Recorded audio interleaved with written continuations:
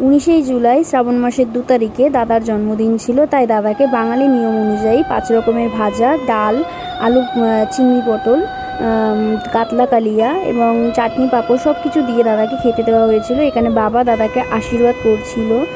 তো দাদার জন্মদিনটা পড়েছিল, মানে দাদার জন্মদিন যেহেতু 19 জুলাই আর শ্রাবণ মাসের 2 তারিখে, তাই আমরা শ্রাবণ মাসের 2 তারিখে করেছিলাম, কিন্তু অ্যাকচুয়ালি জন্মদিনটা 19 জুলাই।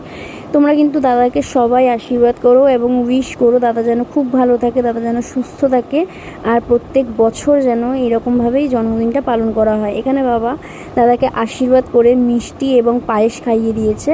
তো বাঙালিদের মতে কিন্তু বাঙালিদের ঘরে কিন্তু পায়েসটাই সবথেকে মেন হয়ে থাকে। আর এখানে দাদা বাবাকে প্রণাম করছিল। বাবার পরে চলে আসে মাও কিন্তু দাদাকে আশীর্বাদ করছিল। আর এই ছিল আজকের ভিডিও। তোমাদের যদি ভালো লেগে থাকে তাহলে অবশ্যই আমার চ্যানেলটাকে সাবস্ক্রাইব করে